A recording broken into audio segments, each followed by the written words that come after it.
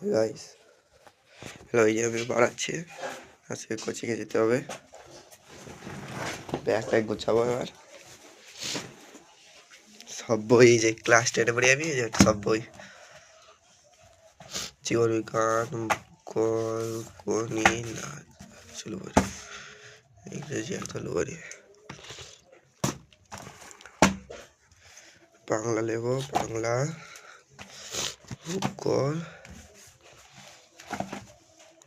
ইতিহাস, ভৌতবিজ্ঞান, এই বইগুলো নিয়ে যাবো আজকে স্কুলে।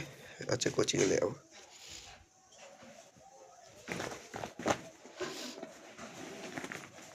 এই গাইস, এটা আমার রুম।